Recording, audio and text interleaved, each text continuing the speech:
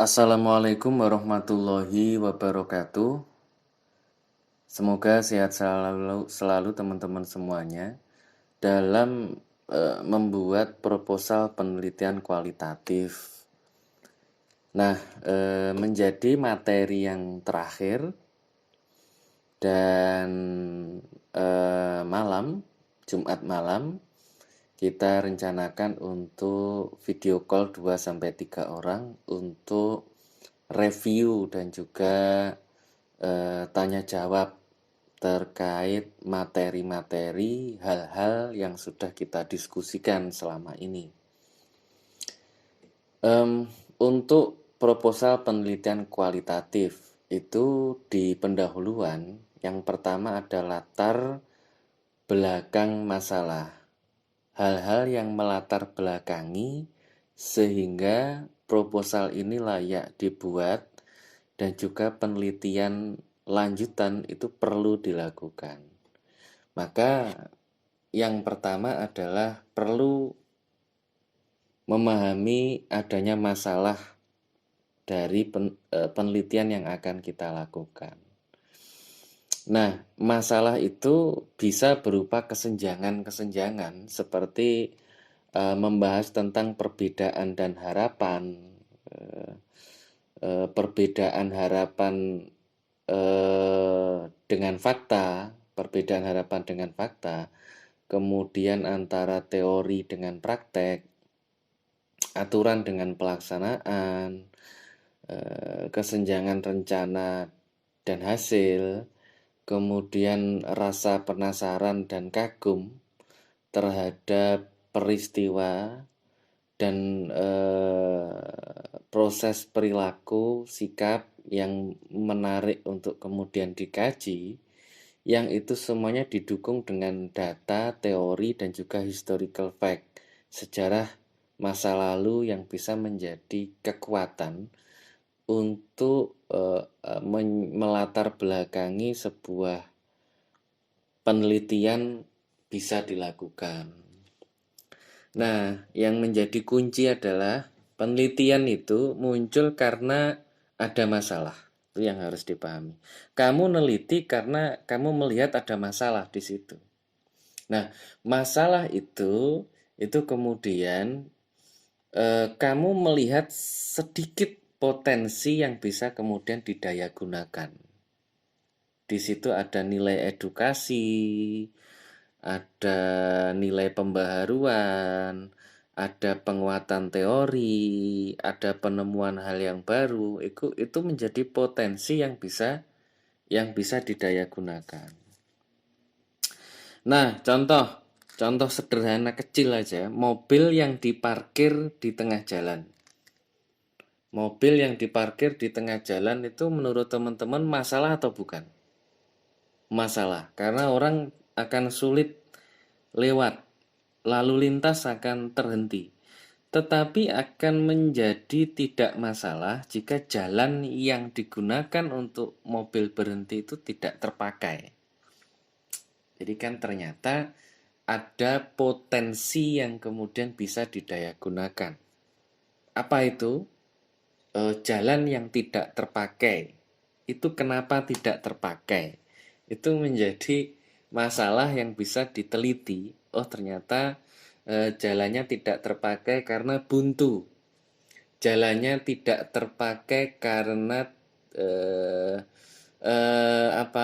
akses jalan atau menuju ke lokasi tertentu itu sulit untuk kendaraan seperti mobil atau motor. Maka kemudian solusi yang muncul apa?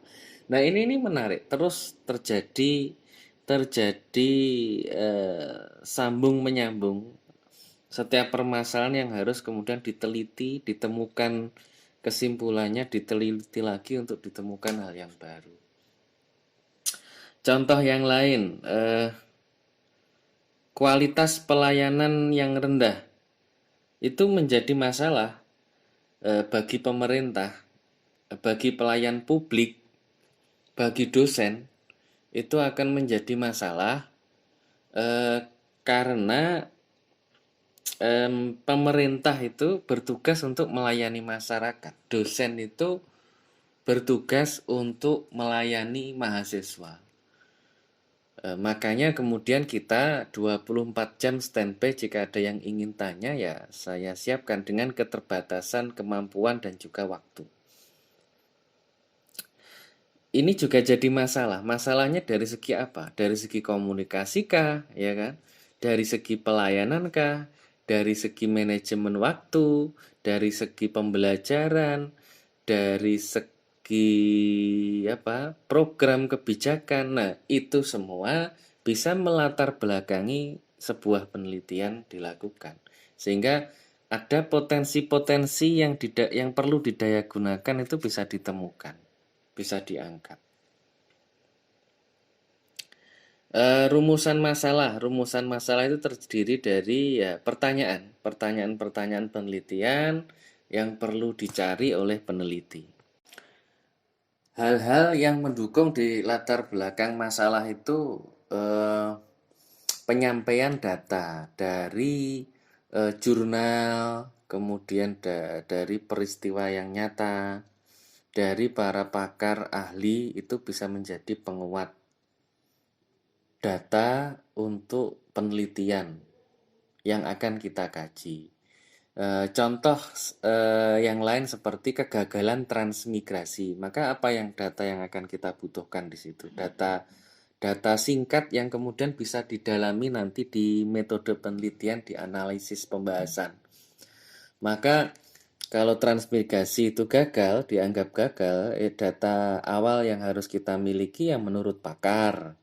Kemudian kebijakan pemerintah di latar belakang apalagi yang bisa dimunculkan, berapa orang yang gagal dan berapa orang yang berhasil. Maka dianalisis nanti akan kuat di situ. Di kesimpulan nanti apa? Bisa saja di kesimpulan itu akan muncul berupa kritik dan saran kepada pemerintah bahwa manajemen pengelolaan transmigrasi itu memerlukan beberapa perbaikan ABCD dan juga bagaimana melihat para transmigran yang sukses di sana, apa hal-hal yang melatar belakangi, apakah pendidikan, apakah ekonominya, atau yang gagal transmigrasi kemudian kembali ke kampung halaman, apakah karena memang pembinaan, ya kan, pendampingannya yang kurang. Nah, ini menarik jika kemudian dari segi kualitatif teman-teman sudah punya kerangka kuatnya di situ. Tujuan penelitian itu untuk menemukan jawaban sebagai tambahan pengetahuan. Sebagai tambahan pengetahuan kita dari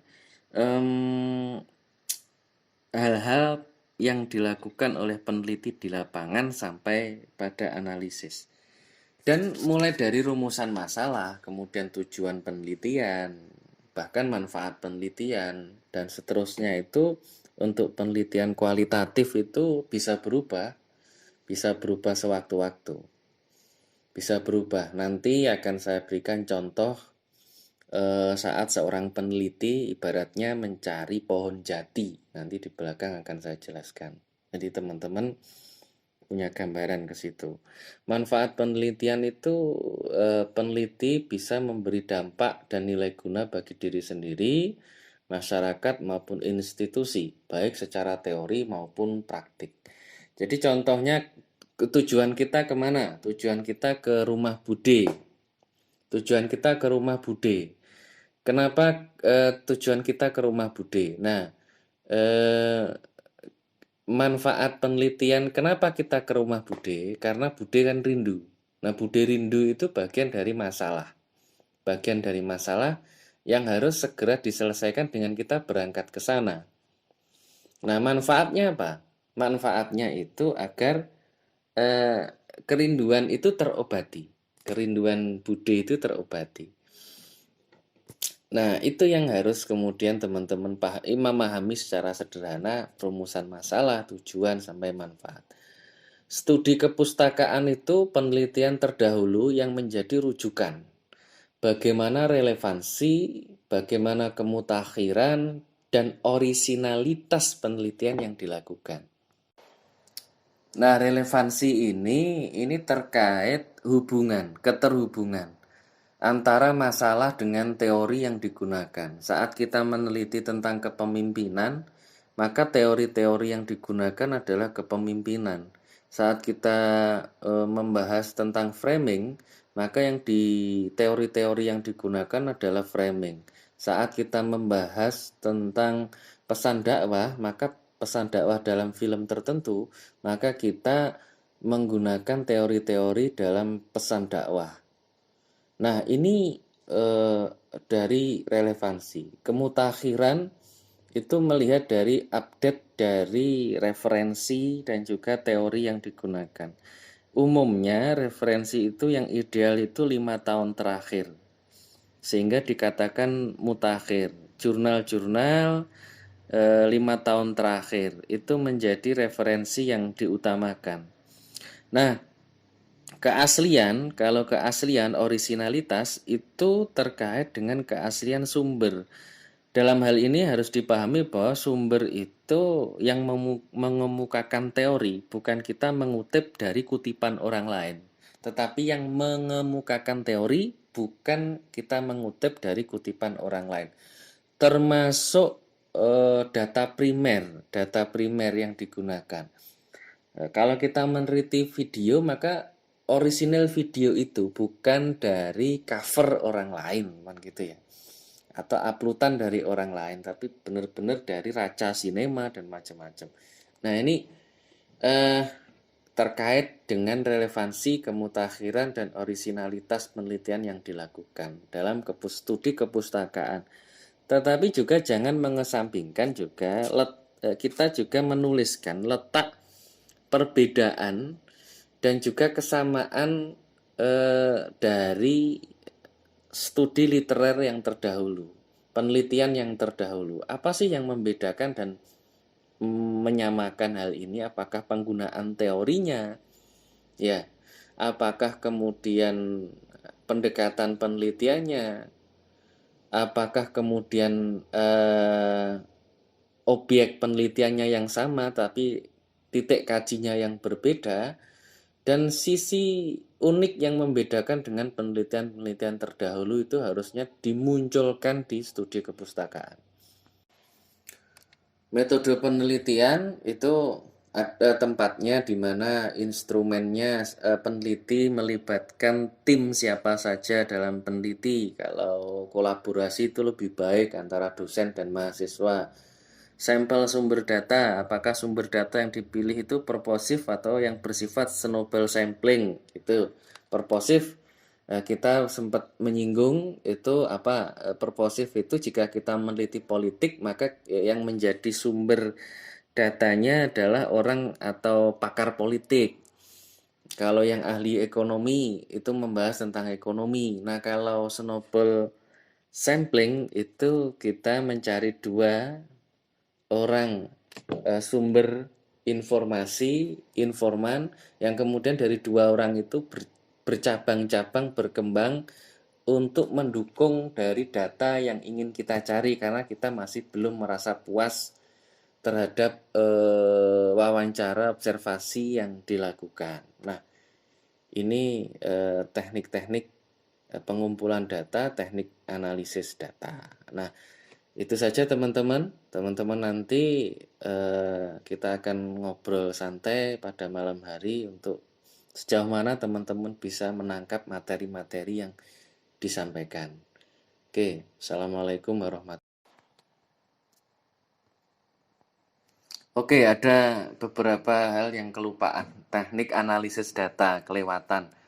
Yaitu pengumpulan data di lapangan, kemudian disajikan data dan melihat pola-pola yang berhubungan, penarikan kesimpulan dan verifikasi. Ini penting. Kalau Mills dan Habermas kan juga ada reduce, ada ya kan. Kemudian ada display, kemudian ada conclusion. Jadi dari data yang dikumpulkan, disajikan, kemudian bisa ditarik kesimpulan dan juga verifikasi. Nah, sederhananya contohnya yaitu saat seorang, umpamanya nih, ada orang yang mencari kayu jati di hutan. Maka dalam hutan itu sebagai subjek penelitian, sebagai objek penelitian dalam hutan itu di penelitian-penelitian terdahulu mengatakan bahwa dalam hutan struktur tanah dan juga iklim itu akan menunjukkan potensi pendayagunaan tadi, bahwa potensi adanya kayu jati di hutan tersebut. Jadi kalau kita melihat hutan, kita ketemu di hutan, kita tahu itu hutan, itu dilihat struktur tanah dan iklim yang ada di sekitar situ, oh pasti di situ ada kayu jati. Nah itu masih sifatnya kuantitatif, 1+1 pasti 2. Di seluruh dunia seperti itu. Tapi saat kita neliti kalau ternyata kita masuk di hutan, ternyata iklimnya sesuai, tanahnya sesuai, tapi saat kita masuk hutan tidak ada kayu jati, udah kita pulang kalau kuan. Kalau kual tidak, kalau kual enggak. Kalau kual itu nyari, di situ masih ada kemungkinan kayu jati enggak. Kalau ada kayu jati di situ berarti diteliti, oh berarti ada kemungkinan lain, ya kan, dari persyaratan atau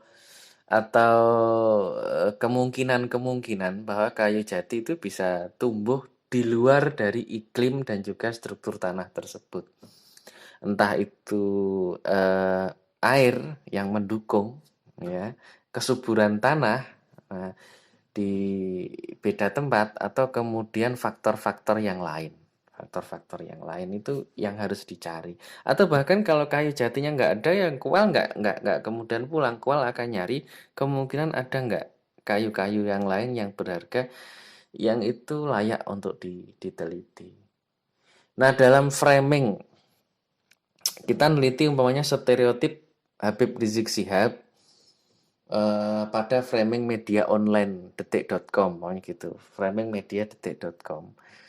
Maka saat kita nyari melihat stereotip HRS, saat kita meneliti framing media online detik.com dengan beberapa konten, mungkin November sampai Desember gitu ya, November, Desember, atau Oktober, November, Desember, ada sekitar 7-8 konten.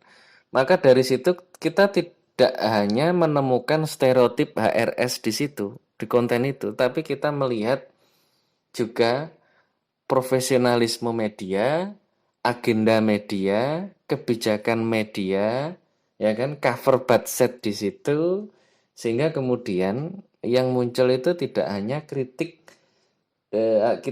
kesimpulan stereotip HRS dari framing itu, framing media tersebut, tetapi yang muncul juga adalah di kritik saran rekomendasi adalah terkait profesionalisme jurnalisme dalam memuat konten karya jurnalistik di media online detik.com.